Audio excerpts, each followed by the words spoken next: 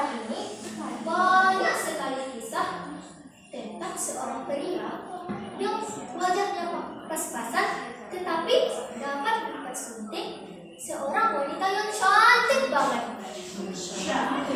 Bahkan maharnya saja hanya sepasang sendal jepit.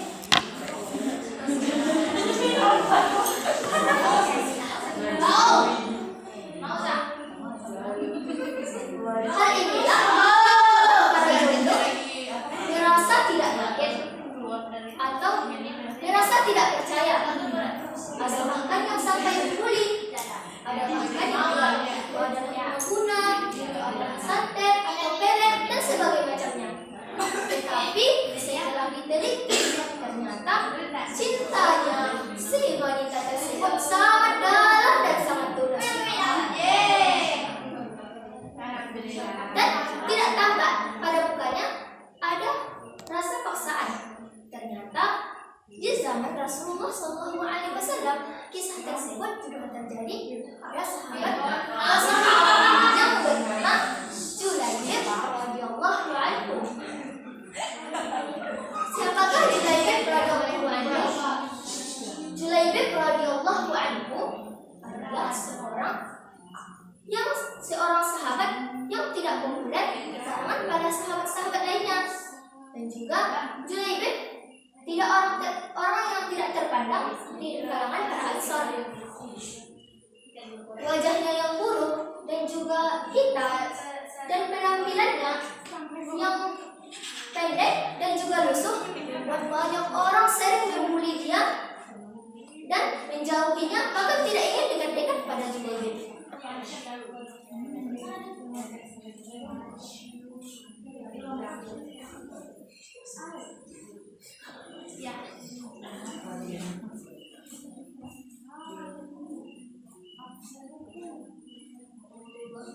Tetapi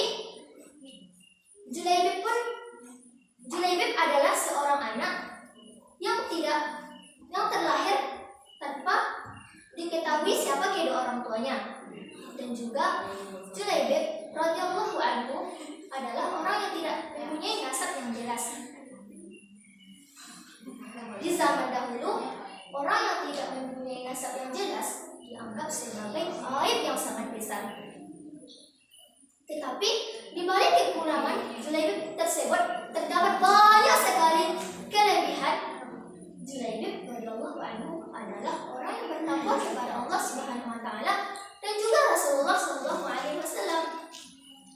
Bahkan Julaibib adalah orang yang sangat disayangi Rasulullah sallallahu alaihi wasallam. Bahkan di akhir kisah hidupnya, Julaibib dapat karunia dari Allah Subhanahu wa taala bisa menikahi bidadari yang cantik sekali.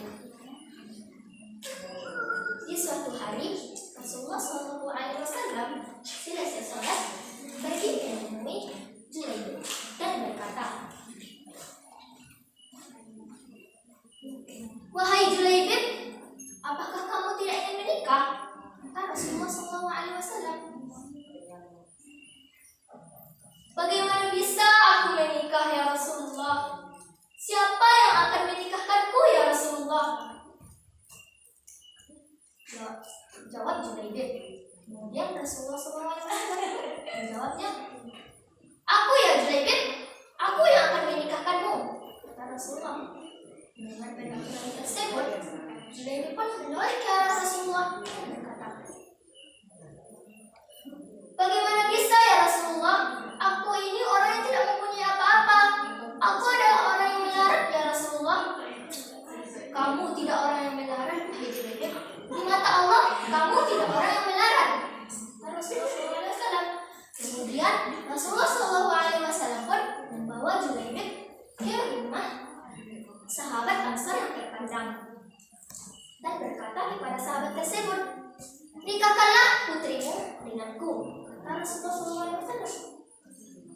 Mendengar hal tersebut, tanpa berpikir panjang, sahabat tersebut langsung menerima pinangan dari Rasulullah SAW.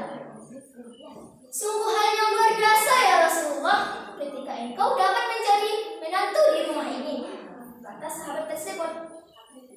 Namun sayangnya Rasulullah SAW pun kembali menjelaskan bahwa pinangan tersebut bukan untuk dirinya, melainkan untuk Julaibib radhiyallahu anhu. Sahabat pun terheran. Saya berkata, baiklah Rasulullah, tetapi hal tersebut akan dimusyawarahkan dulu dengan istriku. Jawab sahabat tersebut. Di dalam benaknya terbesit bahwasannya jika Julaibib menjadi menantu rumah mereka, bagaimana nasib martabat keluarganya. Kemudian sahabat tersebut pun pergi menemui istrinya, lalu berkata, Rasulullah SAW ingin meminang putrimu, katanya. Dan tanpa berpikir panjang, istrinya pun menjawab, ya, saya setuju sekali, kata istrinya. Tetapi pinangan itu bukan untuk Rasulullah, melainkan itu Julaibib radhiyallahu anhu. Apa? Julaibib? Tidak, jangan kau nikahkan putriku dengan Julaibib, kata istrinya. Begitulah orang tua yang hanya memberikan harta kepada kebahagiaan dunia dan akhirat. Tetapi bagaimana dengan jawaban si putrinya? Di dalam kamar, putrinya mendengarkan pembicaraan kedua orang tuanya dan berkata kepada ibunya, siapa yang akan meminangku, wahai ibu? Kata putrinya. Kemudian ibunya pun menceritakan semuanya. Dengan tegas putrinya menjawab, terimalah pinangan itu, wahai ayah. Tidak baik kita tidak menerima permintaan Rasulullah SAW. Tegas putrinya. Dengan penuturan tersebut, segera ayahnya pergi ke hadapan Rasulullah dan menerima pinangan tersebut. Bahagialah wajah si Julaibib karena istri cantik dan soleha akan segera menjadi pendamping hidupnya dan tidak akan memulai kehidupan yang baru. Namun angan-angan itu pun sirna karena seruan jihad fisabilillah. Pada saat yang bersamaan, Rasulullah SAW menyeru untuk para sahabat berjuang di jalan Allah Subhanahu wa Ta'ala. Julaibib pun merasa bingung dan bimbang antara memilih istri yang cantik dan soleha dan kebahagiaan di dunia atau mati syahid yang selama ini dicita-citakannya. Ternyata karena saking cintanya kepada Allah Subhanahu wa Ta'ala, dia memilih untuk pergi berperang dan jihad di fisabilillah di jalan Allah. Selesai perperangan, Rasulullah SAW memberikan perhatian kepada seluruh sahabat dan berkata, siapakah sahabatku yang pada perperangan ini mati syahid? Kata Rasulullah SAW.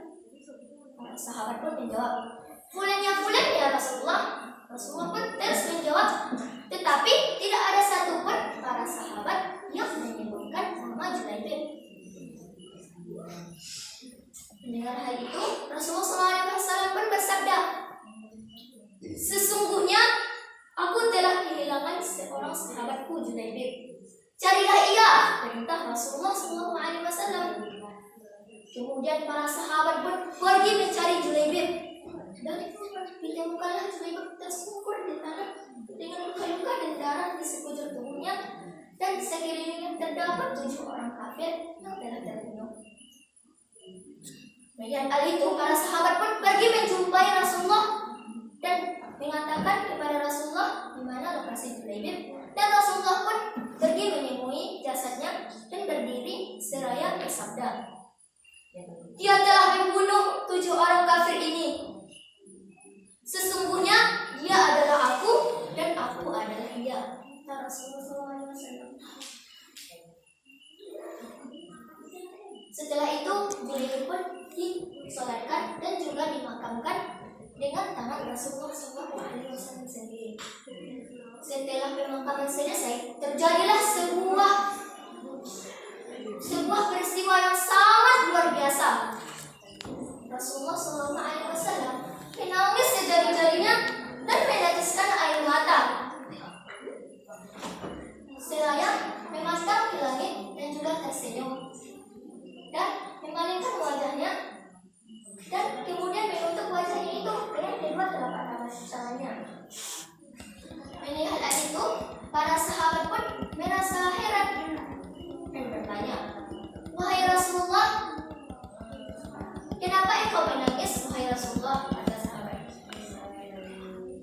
aku teringat akan Jubair. Sebenarnya hari ini dia akan aku nikahkan dengan seorang wanita. Namun hari ini juga dia sudah tiada, kata Rasulullah SAW. Tetapi kenapa engkau tersenyum, wahai Rasulullah? Aku memandang ke langit dan aku melihat banyak sekali bidadari yang turun untuk menyambut Jubair. Tetapi kenapa engkau memalingkan wajahmu, ya Rasulullah? Para bidadari itu sangat banyak turun untuk menyambut Jubair dan mereka saling berebutan untuk memiliki Jubair. Ada yang menarik tangannya, ada yang menarik kakinya, sampai ada salah seorang bidadari yang tersingkap rohnya sampai nampak betisnya. Subhanallah.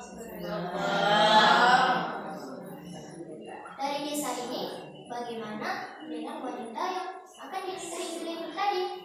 Ternyata setelah Jubair wafat, wanita tersebut menjadi wanita yang kaya raya di kalangan Ansar.